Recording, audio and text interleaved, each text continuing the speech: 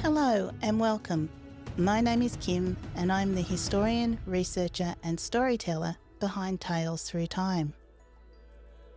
Today we are going back to wartime 1945, a time of uncertainty in Australia and a time when there was a hope for peace to finally come, and when a Bathurst son emerged as a leader. So sit back and come with me back to 1945. On this day 80 years ago, the 15th of August 1945, peace finally came to Australia, with the end of the Second World War in the Pacific, with the surrender of Japan. However, there is another story from 80 years ago. The emergence of a leader. And for this story, let's take a step back. Back to the 30th of April, 1945, where this story begins.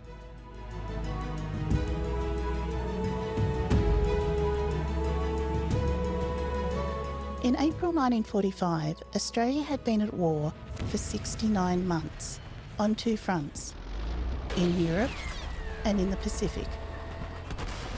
Australia's wartime Prime Minister, John Curtin, was ill with a heart condition and had been confined to bed at the official Prime Minister's residence, the Lodge in Canberra, since returning from overseas trip in April. At this time, both the Deputy Prime Minister, Mr Frank Ford, and the Attorney General and Minister for External Affairs, Dr Everett, were out of the country as part of a 15-person delegation attending a conference in San Francisco. It was while Frank Ford was away and the ill health of the Prime Minister, John Curtin, a door opened for a new leader to emerge. This leader was Ben Chifley, a tall, iron grey hair gentleman with a disarming grin, a Bathurstian at heart, an ex-locomotive engine driver with a crackling sense of humour and an attitude that would go on to win him admiration, respect and friendship. On the 30th of April, holding cabinet responsibilities of the Federal Treasurer and Minister for Post-War Reconstruction, Ben Chifley would now step into the role of Acting Prime Minister, a role he would occupy until the return of the Deputy Prime Minister, Frank Ford, on the 2nd of July. One of Ben Chifley's first announcements as Acting Prime Minister occurred on the 8th of May. On this day, the House of Representatives was discussing the appointment of a Social Security Committee. This was running late into the night when, at 11 p.m, suddenly and without warning, the House was suspended and members of the House of Representatives immediately left. There was an important radio broadcast by Prime Minister of the UK, Winston Churchill. The public galleries were crowded with members of the Canberra public who had come to see and hear the Parliament. However, on this day was different. There was a tense atmosphere spreading throughout the crowd of the public gallery. 20 minutes later, the division bells were rung, summoning the members of the House of Representatives to enter the House and take their places. The House was brightly lit. Then, entering, Acting Prime Minister Ben Chifley, taking his seat at the main table. A seat that until recently had been occupied by his friend and colleague, the Prime Minister, John Curtin. With journalists seated in the main gallery eagerly awaiting to tell the story of this moment, the bells ceased ringing. The Speaker of the House, Mr Rosenveer, entered and takes his seat. Then invites Mr J.B. Chifley, Acting Prime Minister, to speak. Mr. Speaker, it was with great pleasure I announced to the House the complete defeat of Germany. That pleasure is tinged with regret that John Curtin, Prime Minister of this country, who has contributed so much in this war effort, is not able, due to unfitness, to make this announcement tonight. I'm sure every member of this House will join with me in... As acting Prime Minister, Ben Chifley was in a reflective and reserved mood as he announced the end of the war in Europe to the nation. He regretted that his colleague and friend, Prime Minister John Curtin, was unable to be present in the House because of illness, and was also mindful that while hostilities had now ceased in Europe, Australia was still in danger and at war in the Pacific with the Japanese.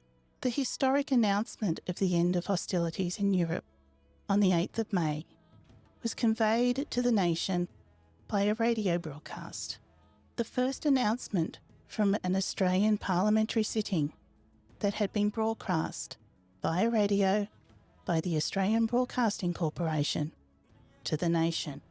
Over the next month, the Australian Labor Party and the Commonwealth Parliament would discover that Ben Chifley possessed outstanding leadership qualities.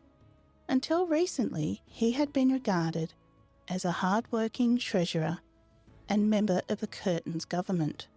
However, with cast iron determination and quickly taking the reins of government, Ben Chifley unwittingly established himself to his colleagues, the Australian Parliament and the people of Australia as the rightful successor to John Curtin. In the month of June, Ben Chifley received the honour of being made a member of the Privy Council by King George VI. On the morning when the King's birthday honours were announced, Ben's name appeared as Privy Councillor. The House of Representatives met, and the first question, without notice, came from the opposition leader, Mr. Robert Menzies.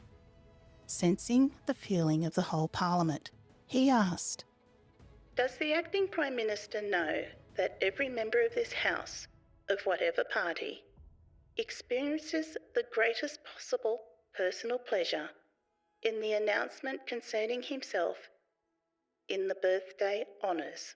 With the return of the Deputy Prime Minister Frank Ford from San Francisco on the 2nd of July, Ben Chifley returned to his cabinet responsibilities of the Federal Treasurer and Minister for Post-War Reconstruction. However, only a few days later, on the 5th of July, in the early hours of the morning, John Curtin, Australia's wartime Prime Minister from 1941, quietly and without pain, passed away after a long illness. This sad news was announced to the nation by the acting Prime Minister, now Frank Ford, in a statement shortly after 6 a.m.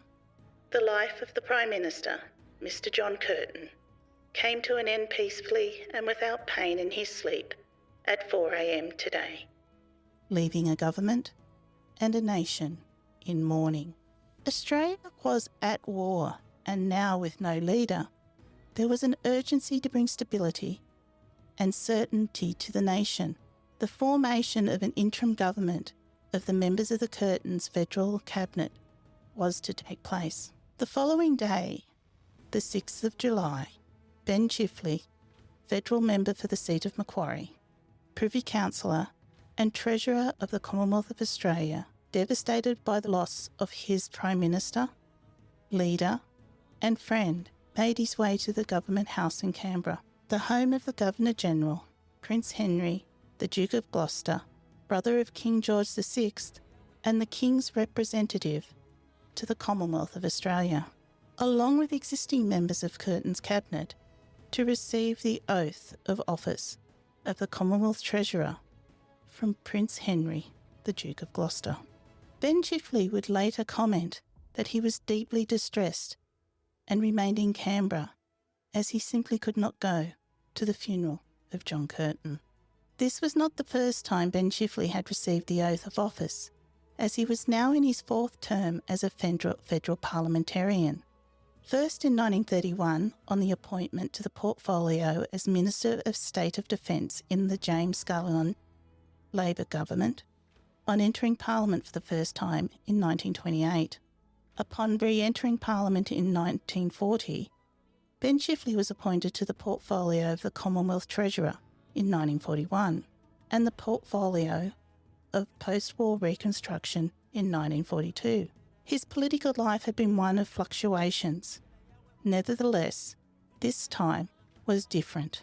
Ben Chifley was part of an interim government, and therefore a new leader of the Federal Australian Labor Party, and consequently a new Prime Minister, needed to be elected. The Australian Labor Party, having a parliamentary majority, was entitled to form a government, but who would be their next leader? In the months before John Curtin's death, Ben Chifley had proven himself as a potential leader. Acting as Prime Minister on several occasions, his leadership ability became apparent to the Labor Party caucus and the Parliament. However, devastated over the death of John Curtin, when asked by members of the interim government if he would nominate for the leadership, Ben Chifley replied, "Are you asking me to join the bloody suicide club?" On the morning of the 12th of July, a caucus meeting of the Parliamentary Labor Party was held to decide on a new leader and the 16th Prime Minister of the Commonwealth of Australia. Ben Chifley accepted a nomination for the leadership position. With a majority of 42 votes, Joseph Benedict Chifley was elected the federal leader of the Labor Party and the 16th Prime Minister of the Commonwealth of Australia, while retaining the appointment of the Treasurer of the Commonwealth of Australia, an office Ben Chifley served under John Curtin. Following the decision of the caucus on the 13th of July, 7 days after being sworn into an interim government, Ben Chifley made his way again to Government House in Canberra to receive the oath of office of the Prime Minister and Treasurer of the Commonwealth of Australia from the Governor-General, the Duke of Gloucester. Ben Chifley had attained the highest honour a nation could bestow, and in becoming Australia's 5th Prime Minister to lead Australia through the Second World War. Australia had now been at war for 71 months, longer than our American allies. The Chifley government focused on threats of the Japanese, with the realisation that peace in the Pacific would only come with unconditional surrender. The alternative for Japan is to be smashed into the ground. On the 6th of August, the Enola Gay, an American Boeing B-20 Super Fortress bomber, took off from Northfield. Its mission, Hiroshima, carrying the atomic bomb nicknamed Little Boy. At 8:15 a.m, Little Boy was dropped, and 3 days later, the same fate was dealt to Nagasaki. Knowing that the end of hostilities in the Pacific was close, a code word was devised by the government so word could get through to Prime Minister Ben Chifley as quickly as possible. On the 15th of August, Prime Minister Ben Chifley went immediately to the Canberra's national radio station, 2CY, and waited until the national network had been set up. At 9:30 a.m, the Right Honourable Prime Minister J.B. Chifley announced, Fellow citizens, the war is over. The Japanese government has accepted the terms of surrender imposed by the Allied nations, and hostilities will now cease. The 15th of August 1945 would become known as VP Day, Victory in the Pacific, with Prime Minister Ben Chifley declaring a day to give thanks and to remember those who we have lost. Ben Chifley and the government he led would go on to win the 1946 election and set about providing security and prosperity for Australia. If you enjoy this tale through time, let me know where you would like to go next. Until next time, Kim.